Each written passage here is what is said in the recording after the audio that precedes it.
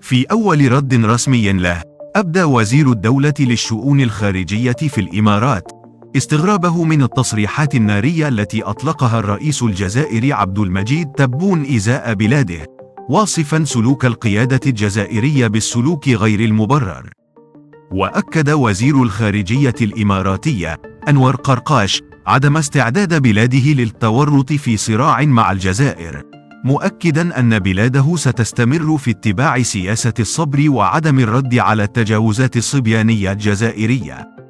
واستغرب المسؤول الإماراتي كيف لدولة شقيقة بعيدة تتبنى سلوكاً يشمل الانتقاد والتلميحات دون كشف الأسباب وراء ذلك، مؤكداً أن بلاده ستبقى ملتزمة بالحكمة في سياستها الخارجية مع البلدان الشقيقة.